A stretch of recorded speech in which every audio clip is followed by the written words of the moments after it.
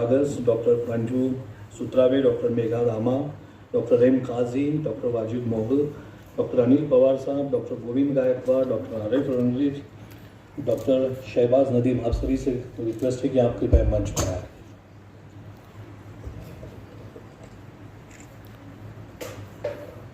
Remote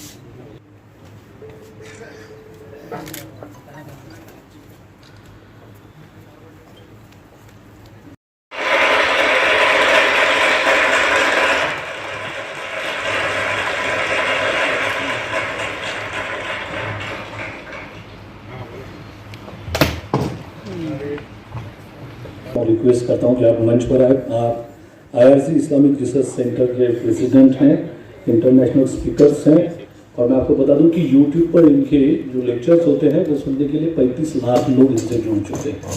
तो ये आपके बहुत सारे सवालों के जवाब भी देंगे। की जब बात हुई तो ये बात आ गई कि चंद खजूर खा सकता है, 1 से 2 खजूर खा ले। पानी, चूंकि गर्मी का सीजन है, पानी ज़्यादा पिए, फिर वेट करके खाए, तलन से बहरहाल बचे। तो हल्की ग़िज़ा, ऑर्गेनिक ग़िज़ा, ग्रीन जिसको बोलेंगे, सब्जी वगैरह जिसके अंदर ज़्यादा होती है, ठीक है, फल वगैरह होते हैं, इसको आप करें। और पर्टिकुलरली आप जानना चाह रहे हैं तो आप डॉक्टर से कंसल्ट करें। इंडिविजुअल टू इंडिविजुअल इश्यूज़ बदलते हैं, तो आप किसी डॉक्टर की जनरल बात को ब्लैंकेट ना ले लें। जैसे ऑनलाइन कुछ लोग जाते हैं, देखते मैं डायबिटिक हूँ, क्या खाऊँ, आप उस वीडियो से नहीं कर सकते। वो एक जनरल बात करता है डॉक्टर। आप अगर स्पेसिफिक है तो डॉक्टर से कंसल्ट करें, वो आपको इंशाल्लाह बताएंगे। लेकिन जनरल रूलिंग है, हल्की ग़िज़ा खाएं, कम खाएं, 1/3 खाएं तो सेहत के लिए अच्छा है। और वकील साहब, आपने तो ये कितना बड़ा गुनाह हो सकता है या फिर ये गुनाह नहीं है? मुझे लगता है कि हर एक के ज़हन में यही सवाल है जी। देखिए, अगर कोई शख्स है वो रोज़ा नहीं रख पाया किसी वजह से, भाई ने ये क्वेश्चन किया किसी वजह से, तो एक सवाल आता है क्या मैं गुनहगार होऊंगा? तो ये बात आप जहन में रख ले।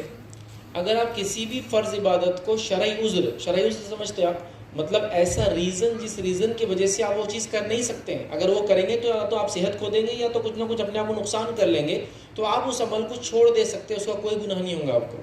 तो फॉर एग्जांपल, आप रोज़ा रखने की हम बात कर रहे हैं, तो आप रोज़ा रखना चाहते हैं लेकिन नहीं रख पाए और आपको रोज़ा छोड़ना पड़ा, मतलब शुरू से ही नहीं रखा या तोड़ना पड़ा, रख लिया तो आपको उसको ब्रेक करना पड़ा, आपको कोई गुनाह नहीं है, इस पर कोई सिन नहीं है। मतलब ऐसा ना हो कि कोई बुजुर्गवार जो लोग होते हैं ना, एजेड, मैंने देखा वो रोज़ा रख लेते हैं और अगर तोड़ने कोई लगाया तो न नाराज़ होते हैं, बोलते हैं छोड़ दो मुझे, मैं मतलब बर्फ़ की सिल पे लिटा दो मुझे, मैं बर्दाश्त कर लूँगा, गर्मी सब करूँगा, रोज़ा मत तोड़ाओ। लेकिन आप अपने ज़िंदगी को ख़तरे में डाल के कोई इबादत नहीं कर सकते, इसलिए कि आप ज़िंदा रहेंगे तो अगली इबादतों का अल्लाह ताला मौका देता रहेगा। लेकिन अपने आप को रिस्क डाल के रोज़ा रखना या रिस्क लेके रोज़े को करना, ये बिल्कुल अलाउड नहीं है। बल्कि कई उलमा के जो फतवा ये है कि अगर कोई इंसान अपनी जान का रिस्क लेके रोज़ा रखता है तो उसके लिए रोज़ा रखना हराम है। अस्सलाम वालेकुम। मौलाना, मेरा सवाल ये था कि आपने बोले कि कुछ मुंह से लिया खून तो रोज़ा टूट जाएगा, तो अपन सलाइन के जरिए ग्लूकोज ले सकते हैं अगर शक्कर कम हो गई? क्योंकि भाई ने सवाल किया कि मुंह से अगर कुछ लेंगे, सॉलो करेंगे, निगलें, तो गले से तो नहीं ले सकते आप। उसमें ग़िज़ाइयत की ताकत है, वो अल्टरनेट हो जाता है आपके फूड के लिए, तो जाहिर सी बात है फिर नहीं ले सकते। लेकिन आप उसके थ्रू, जैसा कि अगर इंटरवेन आप कह रहे हैं कोई चीज़ लेना है, मेडिसिन ले सकते हैं, दवा की शक्ल में ले सकते हैं, वो इंजेक्शन में काउंट होगा बहरहाल। लेकिन अगर उसकी न्यूट्रिशनल वैल्यू है, मतलब वो ताकत, ग़िज़ा जिसको बोलते हैं, तो फिर नहीं। तो सलाइन में होता है, याद रखें, न्यूट्रिशनल वैल्यू। तो अगर आप सलाइन किसी वजह से लेना पड़े आपको, तो फिर रोज़ा नहीं रहेगा। मॉनिटर करना है वो आप देख लीजिए। आपकी डायबिटीज के लिए आपको किस तरीके से लो शुगर या ऑल्टरनेट टाइमिंग करना है, पानी कितना पीना है, खाना कितना, आपको कैसे खाना है, ये सब आपको जानना आपकी प्रॉब्लम के लिए जरूरी है। और इन्वॉल्वमेंट आपका और आपकी फैमिली का होना जरूरी है। और सिर्फ रमजान में फिनिश नहीं होता है, रमजान के बाद में भी फोकस्ड एजुकेशन होती है, जिससे हम रमजान के बाद में भी बहुत अच्छा कंट्रोल ले सकते हैं। एक हम सीख जो लेते हैं रमजान से, जो हासिल करते हैं जो नॉलेज, उसको हम आगे बढ़ा सकते हैं ताकि हम बाकी के 11 महीने में भी उसको हेल्प कर सके। रोजा किन हालात में, मजबूरी में ना रखें या तोड़ना पड़ जाए, वो भी हमने बात किया उस बारे में। और पिछली बार जो रमजान, मतलब पहले के रमजान, आपके 10 साल पहले का रमजान, 5 साल पहले का रमजान का रोजा और अभी का रोजा, हर रोजे में फर्क होता है। तो आपकी दवाइयों में हो सकता है कि फर्क हो, क्योंकि एक साल में बीमारी काफी आगे पीछे हो सकती है। ये टीम वर्क होता है Ramzan and diabetes management, patient के साथ, पेशेंट की फैमिली के साथ, उसको उनके डॉक्टर्स के साथ, चाहे आपका डाइटिशियन हो, न्यूट्रिशनिस्ट हो, आपके काउंसलर्स, लोकल इमाम, लोकल मुअज्जिन, लोकल लोग जो इन्वॉल्व होते हैं। और ये शायद हमको इन लोगों की जरूरत पड़े रमजान के बाद में भी। ये स्लाइड्स दवा एडजस्ट करने के लिए है, ये डॉक्टर्स का स्लाइड है, ये भी डॉक्टर्स के लिए था। और शो फाइनली करना चाहिए। आखिरी 1 मिनट में बताना चाह रहा हूँ, मुझे कहा गया था कि आधा घंटा ही बोलना है। बेनिफिट क्या है, क्यों हम इस टाइप के लेक्चर रखते हैं? क्योंकि इससे सबसे पहली बार डॉक्टर पेशेंट बॉन्ड बनता है। पेशेंट जो चाहते हैं कि रोजा रखें, उनको हम उनकी मंजिल तक पहुंचाते हैं। उनको जो रूहानी ताकत या जो उनको अपने आगे के लिए जो करना है, उसके लिए हम हेल्प कर सकते हैं और बहुत अच्छे तरीके से हेल्प कर सकते हैं। अभी काफी दवाइयां आ गई है, जो लोग गोली पर है, जिसको हम सेफर मेडिसिन दे सकते हैं। आपका improvement of fibre rich diet, लोग फ्रूट खाते हैं रमजान में, वो हो सकता है। आपका वजन कम हो सकता है और ओवरऑल अंडरस्टैंडिंग डायबिटीज और ट्रीटमेंट के लिए इंपॉर्टेंट है। आपके जो कॉम्प्लिकेशन होते हैं डायबिटीज में, वो इससे कम हो सकते हैं। आपके जो रिस्क फैक्टर्स है, हम रमजान एजुकेशन से वो कम हो सकता है। और बहुत बहुत इंपॉर्टेंट, आपके ट्रीटमेंट का कॉस्ट कम हो सकता है। जो एक्सपेक्टेड कॉम्प्लिकेशन होती है डायबिटीज में 5 से 15 साल या 20 साल के बाद में, उनको हम कम कर सकते हैं। और इससे पेशेंट खुद जो है एम्पावर हो जाते हैं। पेशेंट के पास अपनी खुद एक नॉलेज जो है, खुद एक ताकत है इन टाइप इस एजुकेशन प्रोग्राम के जरिए जो हासिल कर सकते हैं। और सस्टेन्ड इंप्रूवमेंट, आपके एवरेज कंट्रोल में भी लॉन्ग टर्म तक इसका कंट्रोल रह सकता है। आई थिंक मैं ऑलमोस्ट 30 मिनट्स बोल चुका हूँ और आपका क्वेश्चन आंसर के लिए मैं वेट कर रहा हूँ। Thank you so much. Ramzan मुबारक to everybody. Thank you so much sir to sharing your knowledge with us. इस 30 मिनट के सेमिनार में ऑलमोस्ट आपने जो बातें शेयर की, उससे कई सारे सवालों के जवाब मिल गए हैं। एक बेसिक सा सवाल है सर कि अगर मुझे दिन में 3 बार इंसुलिन लेना पड़ता है और मैं रोज़ा रखता हूँ, तो क्या मैं रोज़े के हालात में इंसुलिन ले सकता हूँ? ये एक ही सवाल है जिसका जवाब मैं आपसे जानना चाहूँगा। बोलिए, मैं फोन पे सुन रहा हूँ।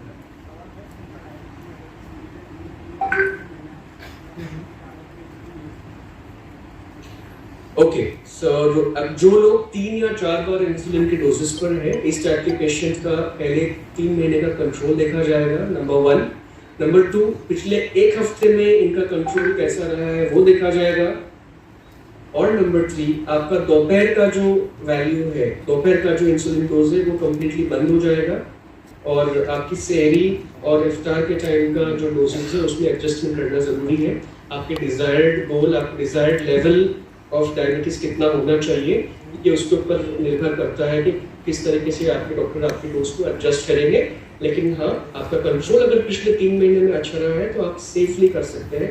और अगर नहीं रहा है तो आपको रमजान में भी शायद हो सकता है डॉक्टर से संपर्क करना पड़े, ताकि आपको आसानी से बिना कॉम्प्लिकेशन के आप रोजा रख सकते हैं। क्या है, काफी बार अगर नींद नहीं हुई है पिछली रात में, सहरे के पहले या और आप दिन में नहीं सो पाए हैं किसी कारण से, तो भी आपको दिन में चक्कर आ सकता है, जो कि आपकी नींद खराबी की वजह से हो सकता है और डायबिटीज की वजह से ना हो। इसलिए इंपॉर्टेंट है, क्योंकि डायबिटीज को हम इजीली ट्रीट कर सकते हैं अगर पता चल जाए तो। ये स्लाइड डॉक्टर्स के लिए है कि किस तरीके से हम कुछ पेशेंट्स में टैबलेट और इंसुलिन का चेंजेस कर सकते हैं।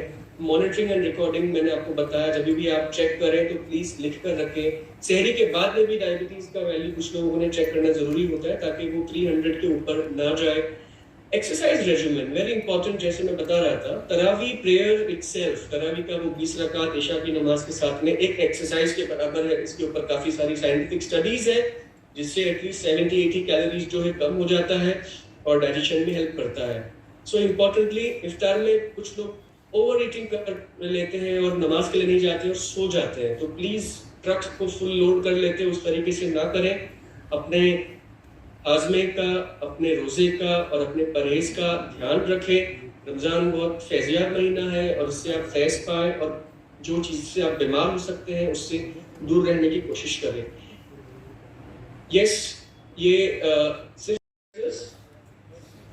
हैं उनसे दवाइयाँ चेंज कराना कुछ पेशेंट्स के लिए बहुत ज़रूरी हो सकता है, क्योंकि जैसे मैंने बताया खाना पीना चलना सोना हर एक चीज़ रमज़ान में बदल जाती है।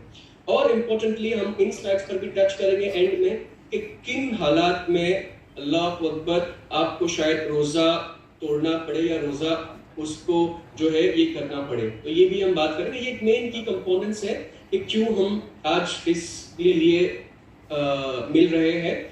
और जैसे 3 टाइप की काउंसलिंग होती है, इसलिए जब ये बैकग्राउंड डेटा होगा तो आपका डॉक्टर आपको बहुत आसानी से बता सकते हैं कि क्या चेंजेस लेकर आए। ये 4 रिस्क हो सकते हैं अगर डायबिटीज का ध्यान न रखा गया, डॉक्टर दानिश ने ये आपको बताया है।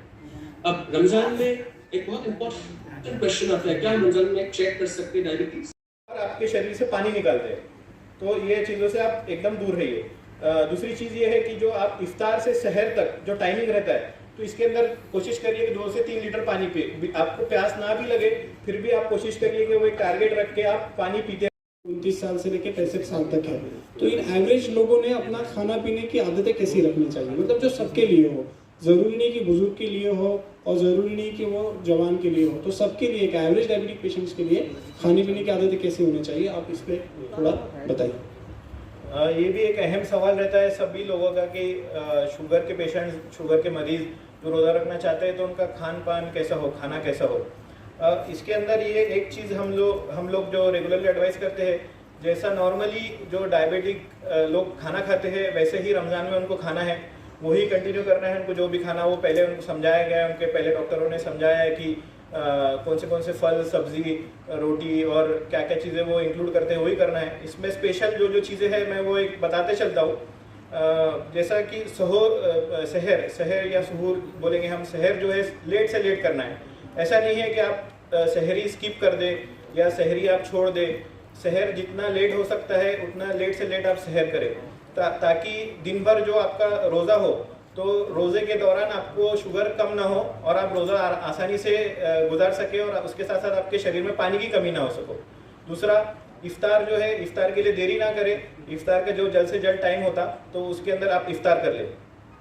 फिर इसके अंदर सबसे इम्पोर्टेंट पॉइंट ये, और मैं चाहता हूँ कि आप लोग ये सब समझ कर जाए कि आप जो रोज़ा है तो रोज़ा चंद खजूरे से, एक फ्रूट जैसे कि सेब हो गया, नाशपाती हो गया, इस चीज़ से आप खोल सकते हैं। और उसके बाद आप नमाज वगैरह पढ़ ले, थोड़ा टाइम दें, और जितना टाइम आप रेगुलरली अभी खाने के लिए लेते हैं उतने ही टाइम में आपका खाना खाए। नमाज के बाद आप इफ्तार करने में गड़बड़ी ना करें। होता क्या है कि अपना जो ब्रेन होता है, तो ब्रेन इस तरह से डिज़ाइन होता है कि वो 30 से 40 मिनट लेता है, उसको सैटिस्फैक्शन सेंटर बोलते हैं। 30 से 40 मिनट लेता है कि वो उसको समझ में आए कि मेरी भूख इतनी है।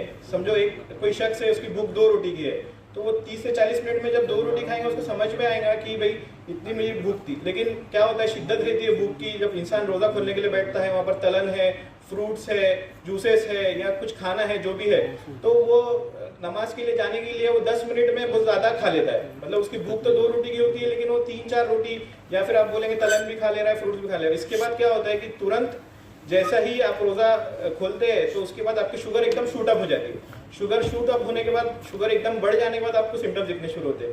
तो ये आप ध्यान रखिए कि रोज़ा आराम से खोलिए। पहले रोज़ा खोल लीजिए खजूरों और कुछ फ्रूट्स के साथ, और उसके बाद आपकी नमाज वगैरह मुकम्मल करके आप पूरा टाइम दीजिए और 30 से 40 मिनट बैठ के आराम से जो रेगुलरली आप खाना खाते सादे दिनों में वैसा ही खाइए। अल्हम्दुलिल्लाह रब्बिल आलमीन वस्सलातु वस्सलामु अला रसूलिल करीम व अला आलिहि व सहबिहि अजमईन। रब्बि इश्रह लि सदरी व यस्सिर लि अमरी वहलुल उक़दतम मिन लिसानी यफ़क़हू क़ौली। वक़ाल अज़्ज़ा व जल्ल फ़िल क़ुरआनिल मजीद अऊज़ु बिल्लाहि मिनश शैतानिर रजीम बिस्मिल्लाहिर रहमानिर रहीम। शहरु रमज़ान अल्लज़ी उन्ज़िला फ़ीहिल क़ुरआन हुदल लिन्नासि व बय्यिनातिन मिनल हुदा वल फ़ुरक़ान अम्मा बाद। तमाम तारीफ़ें उस अल्लाह अज़्ज़ा व जल्ल के लायक़ व ज़ेबा है जो तमाम जहानों को बनाने वाला और सिखाने वाला है, और दरूद सलाम उसके आखिरी नबी मुहम्मद सल्लल्लाहु अलैहि वसल्लम पर।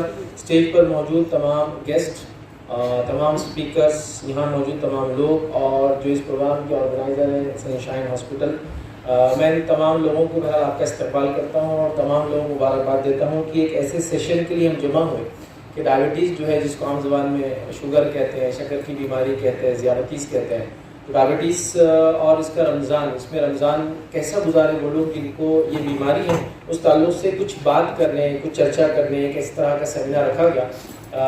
मैंने अपने लाइफ में बहुत सारे सेमिनार्स अटेंड किए। ये पहला सेमिनार था जो मेडिकली और इस्लामिकली किसी एक पॉइंट ऑफ व्यू से रखा गया, ख़ासतौर से एक अहम इशू पर। क्योंकि होता ये कि रमज़ान आते हैं और बहुत सारे लोगों को, स्पेशली जो डायबिटीज़ होता है या शुगर जिसको कहते हैं आम ज़बान में, वो होता है, वो बहुत परेशान होते हैं। और एक दो किस्म की राय लोगों में पाई जाती है। पहली राय तो ये होती है, लोग कहते हैं जैसे ही उनको फर्स्ट टाइम डायबिटीज़ डिटेक्ट होता है तो वो लोग सोच लेते हैं अब मेरे लिए रोज़ा नहीं है और यहाँ मामला ख़त्म हो गया।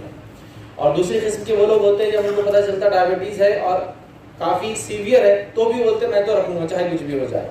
मतलब एक इफरात और तफरीत के शिकार लोग नजर आते हैं। मतलब एक ग्रुप है जो जैसे ही पता चला, हालांकि वो डायबिटीज टाइप 2 है, मतलब ऐसी जो गोलियों से भी कवर हो सकती है, वो रेगुलर भी नहीं रहती है और थोड़ा बहुत खाने में डाइट में चेंज आया तो कंट्रोल भी हो जाती है नॉर्मली। कभी कभार गोलियां रेगुलर भी नहीं लेना पड़ती है। लेकिन चूंकि एक परसेप्शन बना है कि डायबिटीज है तो आपको रोजे नहीं है क्योंकि आप बीमार है, ऐसा नहीं याद रखिए। हर बीमारी की वजह से आपको रोजा छोड़ना नहीं है। ऐसी बीमारी जिसमें आप रोजा रखें जिससे आपकी जान को खतरा हो जाए या आपकी बॉडी को नुकसान होना शुरू हो जाए, उसका लॉस ज्यादा बेनिफिट के, तब आपको जो है छोड़ना याद रखें। तो मैं अल्लाह रब्बुल इज़्ज़त से दुआ करता हूँ कि अल्लाह रब्बुल इज़्ज़त जो भी इस बात को सुन रहे हैं, यहाँ सुन रहे हैं, मीडिया के थ्रू सुनेंगे, तमाम लोगों को अगर उनको ये बीमारी तो अल्लाह उनको शिफा दे और साथ में जो रमज़ान का सही फ़ायदा उठाने की हम तमाम को तौफीक दे। तो रोज़ा एक फ़र्ज़ इबादत है, याद रखिए। और ये उन लोगों के लिए जो आकिल है और बालिग है, मतलब जो अक्ल वाले हैं, मतलब माइंड में होते हैं, सेन लोग हैं, इनसेन नहीं है, ठीक है। और उसके साथ साथ जो है अडल्ट हो जाते हैं, उस पर रोज़ा याद रखिए फ़र्ज़ हो जाता है हम लोगों पर, ठीक है। अब रोज़ा याद रखिए के ताल्लुक से जो मिसकंसेप्शन है कि शुगर मुझे है तो मैं रोज़ा नहीं रखूँगा, ये भी गलत बात है। डॉक्टर अल्तमश शेख से भी आपने सुना, डॉक्टर दानिश शेख से भी आपने बहरहाल ये तफसीलात सुन ली। हर आदमी को जिसको डायबिटीज से रोज़ा छोड़ना नहीं याद रखिए, ये आपका डॉक्टर आपको बताएगा कौन रोज़ा छोड़ेगा और किसको रोज़ा रखना है, कौन रख सकता है और कौन नहीं रख सकता, याद रखिए। तो ये सोचना कि मुझे शुगर है मैं रोज़ा छोड़ दूंगा, गलत। और ये सोचना कि शुगर मुझे चाहे कितनी भी ना हो मैं रोज़ा रखूंगा, ये भी गलत है, याद रखिए। हमको उसके बीच का रास्ता निकालना, इस बात को हम समझे, याद रखिए। इसी तरह याद रखिए एक सवाल जो जनरली जो जिन लोगों को डायबिटीज़ होता है, अभी भी आया, बीच में लोगों ने किया भी, वो ये है कि क्या रोज़े की हालत में हम अगर ब्लड को टेस्ट करें शुगर के लिए, शुगर लेवल के लिए, तो क्या इससे रोज़े का कोई मामला होगा, रोज़ा कमज़ोर होगा, रोज़ा ज़ाया होगा? तो याद रखिए ये बात आप क्लियर कर ले आपके जहन में। एक रूल है, एक उसूल जिसको बोलते हैं, एक प्रिंसिपल, वो ये है किसी चीज़ के निकलने से रोज़ा नहीं टूटता, याद रखिए। ये प्रिंसिपल आप समझे, तो ये रूल के हिसाब से खून निकलने से रोज़ा नहीं टूटेगा, आप समझ ना, निकलने से नहीं टूटेंगे। जैसे आपने थूका, उससे रोजे को ताल्लुक नहीं। कान से कुछ मैल निकला, नाक से कोई चीज आया हो रही, और इंसान की शर्मगाह से, प्राइवेट पार्ट से कुछ निकलने से नहीं टूटेगा। वह जाहिर सी बात है मुंह के जरिए खाने से कोई चीज टूटने वाला है, ठीक है। तो लिहाजा आप खून निकाल रहे हैं, ये जनरली डायबिटीज़ के चेकअप के लिए हो सकता है। जनरल कोई चेकअप्स आपको कराना है, आप डायबिटीज़ है और रोज़ा रख रहे हैं, जनरल चेकअप्स भी कराना है, आप ब्लड दे सकते हैं। इसमें रोज़े का अल्हम्दुलिल्लाह कोई मसला नहीं होगा, आपका रोज़ा वैलिड है, इसमें कोई कमज़ोरी तक नहीं आएंगे। सब लोग सोचते ना अरे रोज़े की हालत में खून दूंगा, कमज़ोरी, कुछ भी नहीं होगा, क्योंकि कोई चीज़ निकाली जा रही, डाली नहीं जा रही आपको, ठीक है। इस बात को आप जानिए। इसी तरह याद रखें, लोगों ने क्वेश्चन किए थे, मेरे पास कुछ क्वेश्चन पहले से पहुँचाए गए थे, ठीक है। वो ये था कि अब रोज़ा रख लिया मैंने, अब रोज़ा रखने के बाद मैंने शुगर लेवल टेस्ट किया और शुगर लेवल ऐसा आ रहा है कि अब मैं क्या करूँ, रोज़ा कंटिन्यू करूँ या उसको तोड़ दूँ, क्योंकि या तो शुगर लेवल बहुत बढ़ गया या शुगर लेवल कम हो गया है, ठीक है। इस मामले में याद रखिए। और अगर मैं रोज़ा तोड़ देता हूँ, डॉक्टर आपको सजेस्ट कर सकता है, आप कॉल कर सकते हैं अपने फिजिशियन को, डॉक्टर को। तो याद रखिए आप किसी भी वक्त रोज़ा रखने के बाद रोज़ा तोड़ सकते हैं, इसका कोई कफ़ारा नहीं होता।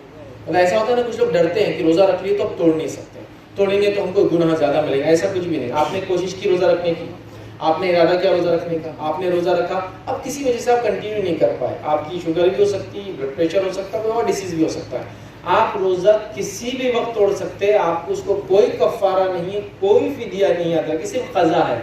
क़ज़ा मतलब आप चाहे तो बाद रमज़ान इसको करें, अगर अल्लाह ने वो ऐसी हालत नहीं दी बाद रमज़ान करने की तो फिदिया दे। फिदिया क्या होता है, आप लोगों एक इंसान को एक वक्त का भर पेट खाना खिलाते हैं, ये कैश की शक्ल में भी दे सकते हैं, फूड की शक्ल में भी दे सकते हैं, ठीक है। लेकिन आप कतई घबराइए मत कि अगर मैं रोज़ा रखता हूँ या रखती हूँ फिर मुझे तोड़ना पड़ता किसी वजह से, तो क्या मैं गुनाहगार हूँगा? तो फिर इसकी वजह से मैं रखूँ ही ना रोज़ा, सबसे अच्छा ऐसा नहीं। आप रोज़ा रखिए अच्छी नीयत के साथ, खालिस नीयत के साथ। फिर किसी वजह से अगर आपकी तबीयत, सेहत, आपकी शुगर साथ ना दे, आपको लेवल बहुत ज़्यादा कम हो जाए, ठीक है, या बहुत ज़्यादा हाई हो जाए, डॉक्टर आपको रिकमेंड करे, तो बहरहाल फिर इसको आप तोड़ दें। इसका कोई आपको कफ़ारा नहीं है, आपको सिर्फ और सिर्फ बाद में रोज़ा रखना है, और अगर वो भी ना कर पाए तो आप फिदिया दे दें, इसमें भी कोई नहीं। इसी तरह याद रखिए, रोज़े की हालत में इंसुलिन ले सकते हैं, याद रखिए।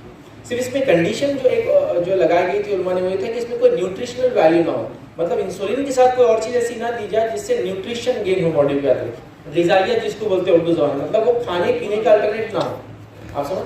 तो अगर वैसा नहीं है, फॉर एग्जांपल इंसुलिन दिया गया, बस इंसुलिन दिया गया, तो मैं जहाँ तक जानता हूँ कि इंसुलिन में जनरली कोई न्यूट्रिशनल वैल्यू नहीं याद रखी उसकी, मतलब वो ग़िज़ाइयत का अल्टरनेट नहीं याद रखी, तो इंशाअल्लाह कोई मसला नहीं। बट अगर ऐसा होता है कि उसके साथ कुछ और दिया जा रहा है, मैं चूंकि साइंटिफिकली मेडिकली नहीं जानता उसके साथ और क्या क्या दिया जाता है या किसी चीज़ के साथ, लेकिन अगर किया जाता है और वो चीज़ जो साथ में है उसमें कोई न्यूट्रिशनल वैल्यू है, ग़िज़ाइयत जिसको कहते हैं, तो फिर याद रखिए रोज़ा आपका नहीं रहेगा, रोज़ा टूट जाएगा, ये बात ध्यान में रखें। वरना simple insulin 1 time 2 time multiple times, उससे कोई फर्क रोज़े पे इंशाअल्लाह आपके नहीं पड़ता है, याद रखिए। इंसुलिन की कुछ टाइप्स पहले होती थी, जिसपे कुछ उलमा की फतवे पुराने आप देखेंगे तो मौजूद है, उसमें न्यूट्रिशनल वैल्यू थी, तो उन्होंने कहा ये दुरुस्त नहीं, रोज़ा टूट जाएगा इसमें। लेकिन आज हम जानते हैं ऐसी इंसुलिन जिसमें न्यूट्रिशनल वैल्यू नहीं, याद रखिए, मुख्तलिफ सोर्सेज से ड्राइव किया जाता है, तो आप इस मामले में भी कोई डॉक्टर से कंसल्ट करना चाहते हैं, वो आपको इंशाअल्लाह गाइड कर सकता है। मैं सबसे ज़्यादा शुक्रिया इनका अदा करना चाहूँगा कि इनकी वजह से मैं आज आपके सामने रूबरू हुआ। बहुत बहुत शुक्रिया, बहुत बहुत।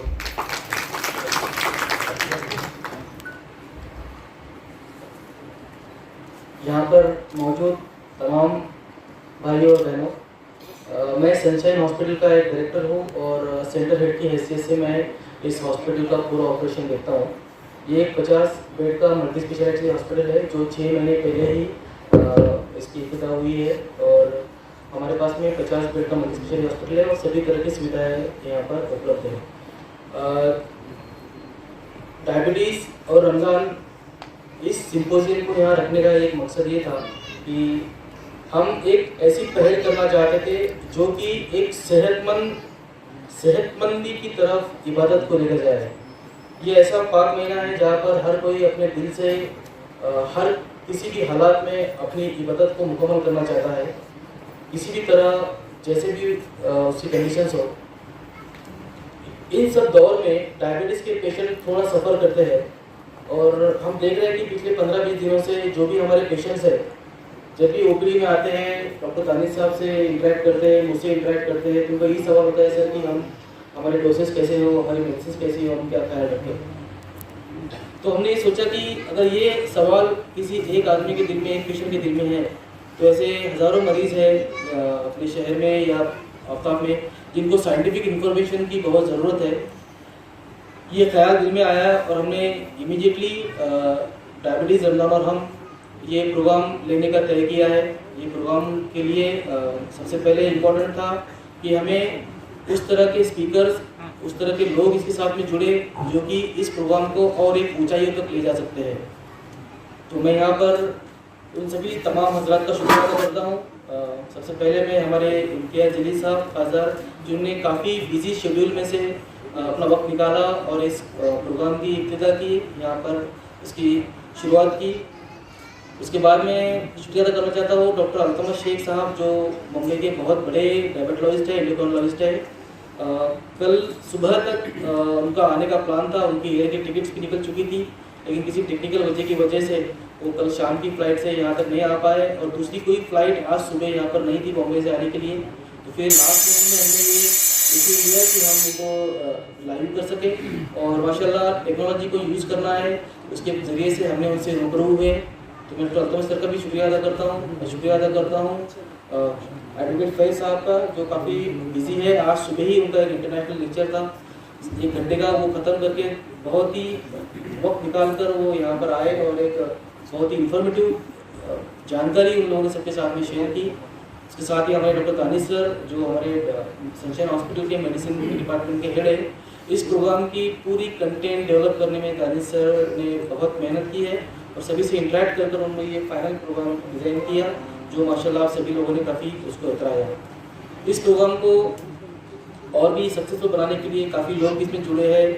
जैसे कि मल्टीमीडिया इवेंट्स एंड एग्जीबिशन जिन्होंने ये शानदार अरेंजमेंट्स किए हैं। इस अरेंजमेंट का ये है कि आज हम लोग तो जो यहाँ पर मौजूद है करीब 100-200 की तादाद में, लेकिन करीब 2 लाख से ऊपर लोग इस प्रोग्राम को टेक्नोलॉजी के जरिए लाइव पूरे मराठवाड़ा में देख रहे हैं। तो जिसका सक्सेस जाता है हमारे मल्टीमीडिया इवेंट टीम को, और साथ ही साथ में इस्लामिक रिसर्च फाउंडेशन की जो डॉक्टर फैज साहब की जो टीम है वो सवेरे से यहाँ मौजूद है, वो भी उनके फॉलोअर्स को इस प्रोग्राम को लाइव कर रहे हैं। मैं समझता हूँ कि फैज साहब के करीब 35 लाख से ज़्यादा फॉलोअर्स हैं और वो सभी इस प्रोग्राम को लाइव देख रहे हैं या आने वक्त में देखेंगे। इसके साथ साथ मैं शुक्रिया अदा करना चाहता हूँ सभी मीडिया के पर्सनस का। यहाँ पर हमारे खास करके उर्दू मीडिया के पूरे जिम्मेदार न्यूज़पेपर से और डिजिटल मीडिया से यहाँ लोग मौजूद है। उन्होंने इस प्रोग्राम को पहले भी काफ़ी कवर किया और काफ़ी लोगों तक पहुँचाने में इन लोगों ने हमारी मदद की है और आज भी इंशाल्लाह यहाँ पर वो मौजूद है। और सबसे ज़्यादा मैं शुक्रिया अदा करता हूँ कि आप सभी लोग यहाँ पर मौजूद है जिन्होंने अपना कीमती वक्त निकाल कर यहाँ पर हमारे इस प्रोग्राम को सफल किया। तो बहुत बहुत शुक्रिया। और सनशाइन हॉस्पिटल की तरफ से आप सभी को रमज़ान का ये मुबारक महीना एक इबादत के साथ में एक अच्छी सेहत के साथ गुजरे, यही हम दुआ करते हैं। शुक्रिया। वो इंतज़ार करना पड़ा मेरे लिए। दरअसल ये है कि कल से अभी तक महाराष्ट्र के अंदर एक भूचाल आया हुआ है और वही वजह है कि रात में 12 बजे तक मीडिया वाले मेरे घर के सामने रुके थे और सुबह 7 बजे से घर पे रुके। मैं जहाँ जहाँ जा रहा हूँ मीडिया वाले मेरे पीछे पीछे यहाँ तक आ रहे हैं। जो वक्त मुझे बताया गया था कि 11 बजे आपको यहाँ पर रहना है, मैं पूरे 11 बजे यहाँ पर मौजूद था, लेकिन पीछे पीछे मीडिया वाले। तो ये सियासत के अंदर चलता है। जैसा प्रेषित भाई हमारे परम मित्र है, उन्होंने कहा है कि जो मीठी बातें करते हैं उनको डायबिटीज़ नहीं होता है, क्योंकि शायद मेरे हिसाब से अल्हम्दुलिल्लाह इसी वजह से मुझे नहीं हुआ है अभी तक डायबिटीज़। मैं सनशाइन हॉस्पिटल की मल्टी स्पेशलिटी हॉस्पिटल के तमाम डॉक्टर्स, शेख ब्रदर्स का, डॉक्टर दानिश साहब का, फैज साहब का तहे दिल से शुक्रिया अदा करता हूँ कि आज जिस उन्वान के ऊपर यहाँ पर आप सभी लोगों को जमा किया गया है एक सेमिनार के तौर के ऊपर, एक बहुत ही अहम बात है कि डायबिटीज़ रखते हुए शुगर के पेशेंट्स, रमज़ान एक ऐसा महीना है कि मुसलमानों के लिए सबसे मुबारक महीना है और हर एक का ये इंतज़ार होता है कि इस एक महीने के अंदर शिद्दत के साथ इबादतें करे, रोज़े रखे, कुरान पढ़े।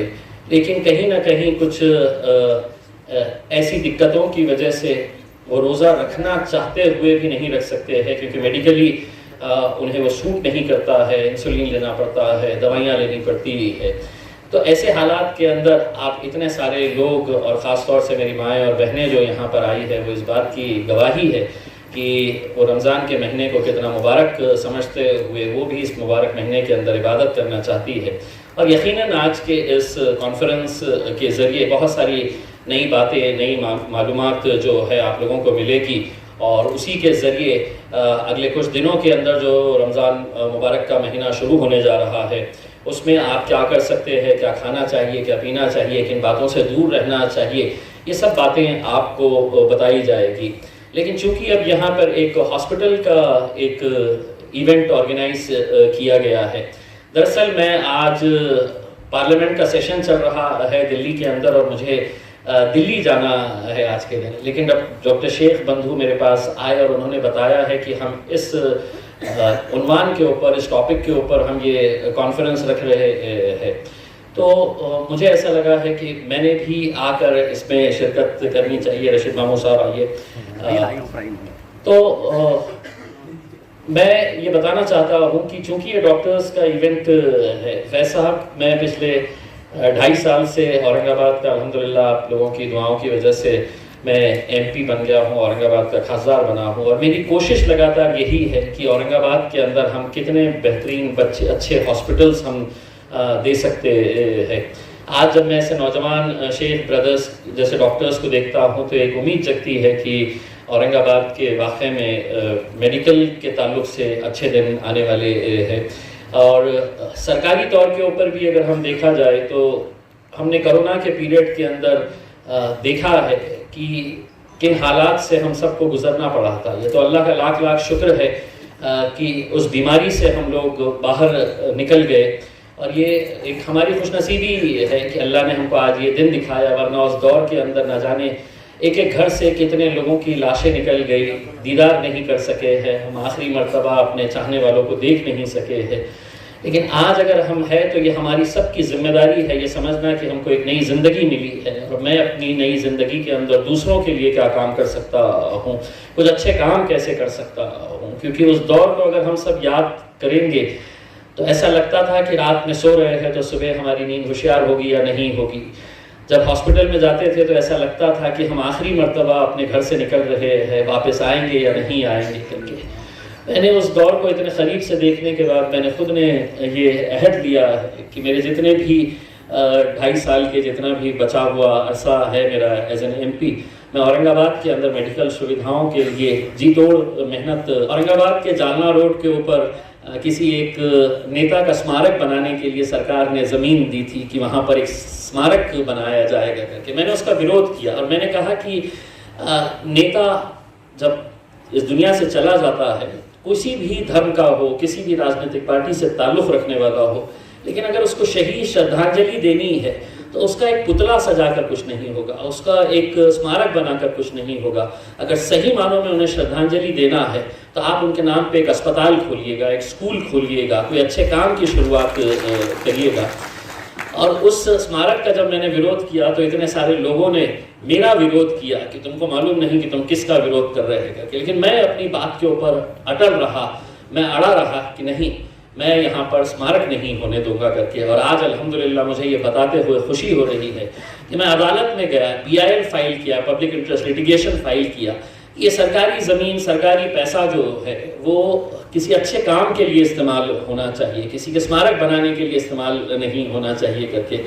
तो आप लोगों की दुआओं की वजह से आज उसी जगह के ऊपर कोई स्मारक का काम नहीं शुरू हो रहा है, बल्कि औरंगाबाद में एक 400 बेड का हॉस्पिटल के काम की शुरुआत वहाँ पर हो चुकी है। कल हम रहेंगे या ना रहेंगे इसमें, कल मैं खासदार रहूँगा ना रहूँगा, मेंबर ऑफ पार्लियामेंट रहूँगा या नहीं रहूँगा, ये अल्लाह जानता है इसमें। लेकिन जब तक वो अस्पताल रहेगा, आप जब भी वहाँ से आपके नातू पोतों के साथ गुजरेंगे तो आप कहेंगे कि औरंगाबाद में एक MP था, उसने है तो ये हॉस्पिटल बनाया था।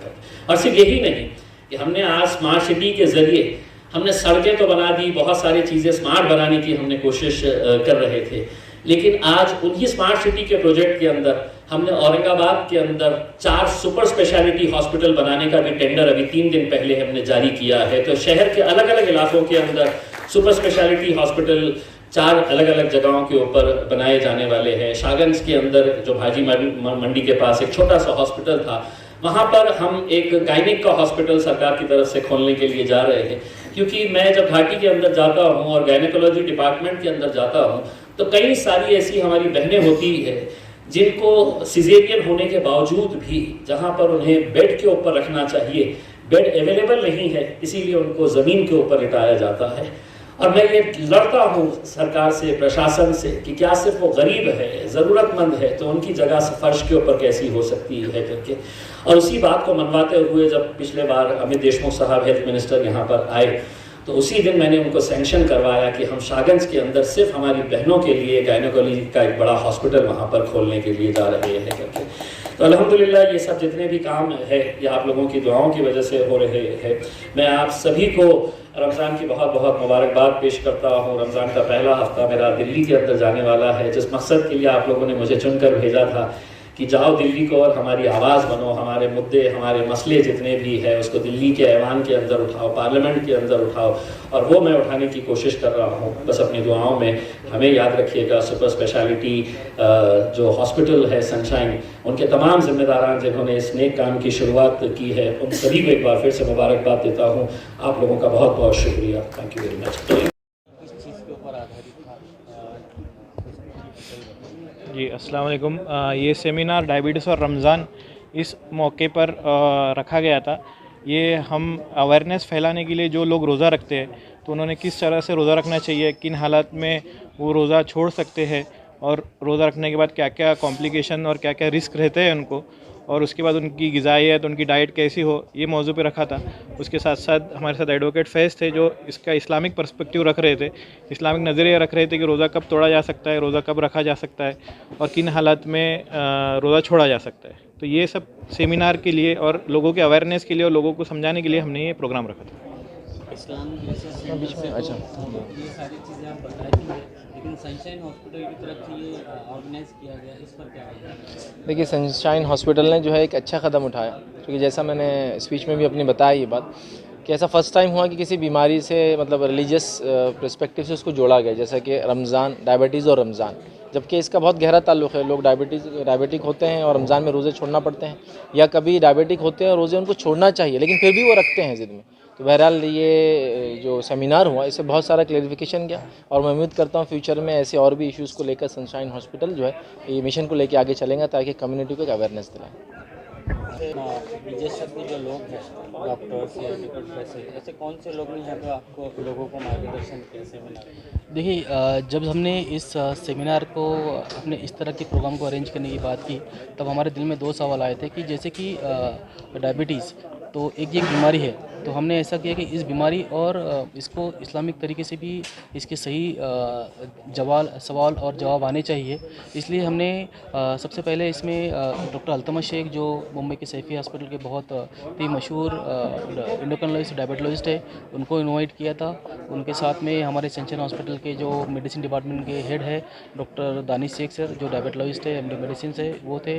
और इस्लामिक पहलू पर रोशनी डालने के लिए हमने एडवोकेट फैज़ साहब को यहाँ पर इनवाइट किया था। और माशाल्लाह इन सभी लोगों ने ये अपने अपने फील्ड के एक्सपर्ट्स हैं और सभी क्वेश्चंस को सही तरह से स्टडी करने कर एक बेहतरीन प्रोग्राम यहाँ पर हम डिलीवर कर पाए। हर रमज़ान में आप ऐसा प्रोग्राम करते हैं? हर रमज़ान में भी करेंगे इंशाल्लाह। और जैसे अभी फैज़ सर ने भी एडवाइस किया है कि हेल्थ को लेकर सनशाइन हॉस्पिटल एक पहल किया है और आइंदा आने वाले वक्त में भी हेल्थ को लेकर जो भी पब्लिक की जो भी रिक्वायरमेंट्स रहेंगी, जहाँ पर हम उनको एक सही साइंटिफिक नॉलेज दे पाए, ये हम कोशिश करेंगे आने वाले दौर में। सनशाइन हॉस्पिटल ये एक 50 बेड का मल्टी स्पेशलिटी हॉस्पिटल है जो बीड़ बाईपास पर है, पटेल लॉन्स के सामने।